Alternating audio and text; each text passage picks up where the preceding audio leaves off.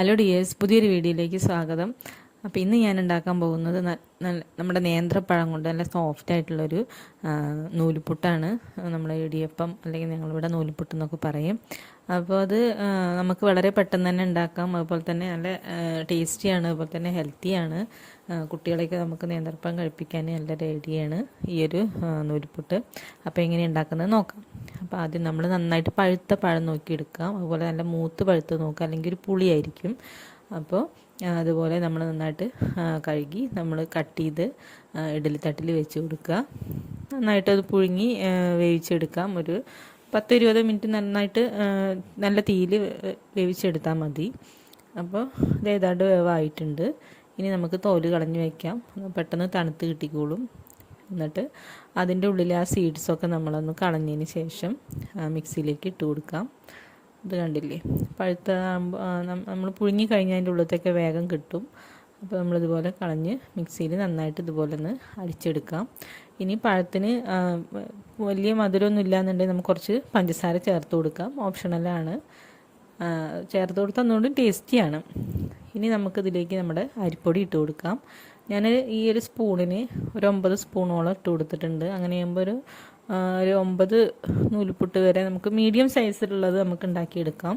ഇനി അതിലേക്ക് കുറച്ച് വെളിച്ചെണ്ണ ഒഴിച്ച് കൊടുക്കുക, നമുക്ക് കുഴയ്ക്കുന്ന സമയത്ത് കയ്യിലൊന്നും ഒട്ടാതിരിക്കാൻ വേണ്ടിയിട്ട്. പിന്നെ അതുപോലെ തന്നെ കുറച്ച് ആവശ്യത്തിനുള്ള ഉപ്പിട്ട് കൊടുക്കുക. എന്നിട്ട് കുറേശ്ശെ തിളപ്പിച്ച വെള്ളം കുറേശ്ശെ ഒഴിച്ച് കൊടുത്ത് നമ്മളത് ഈ നമ്മുടെ ചപ്പാത്തിക്കൊക്കെ ആ ഒരു പരുവത്തിൽ ഒന്ന് ഉരുട്ടിയെടുക്കാം. എന്നിട്ട് നമ്മൾ നൂൽപുട്ടിൻ്റെ ആ രീതിയിൽ നമ്മൾക്കത് വരണം. കാരണം നമ്മൾ അച്ചിലത് നമുക്ക് അടിച്ചെടുക്കേണ്ടതല്ലേ. അപ്പോൾ അതുകൊണ്ട് തന്നെ ആ ഒരു പരുവത്തിലേക്ക് നമ്മൾ മാവിനെ മാറ്റുക. അതിനുശേഷം നമ്മൾ ഇഡ്ഡലിത്തട്ടിൽ ഇതുപോലെ ഒരില വെച്ച് കൊടുക്കുക. നന്നായിട്ട് ഇതുപോലെ ഒന്ന് നമുക്കൊന്ന് പിഴിഞ്ഞ് കൊടുക്കാം.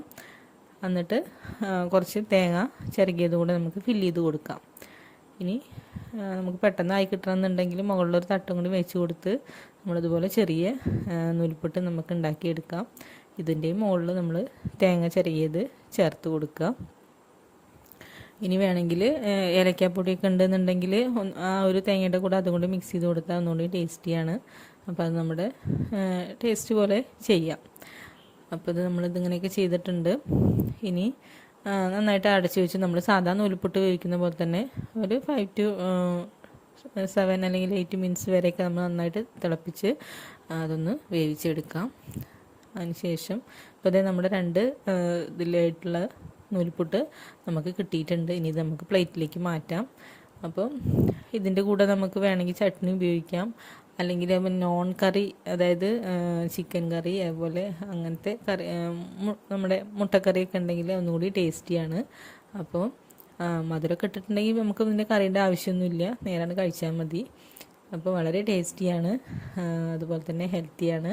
എല്ലാവരും ട്രൈ ചെയ്ത് നോക്കുക. പിന്നെ ഇത് ഞാൻ ബാക്കി വന്ന മാവ് കൊണ്ട് ഒരു അട പോലെ ഉണ്ടാക്കിയതാണ്, അതും നല്ല ടേസ്റ്റ് ഉണ്ടായിരുന്നു. എല്ലാവരും ട്രൈ ചെയ്യുക.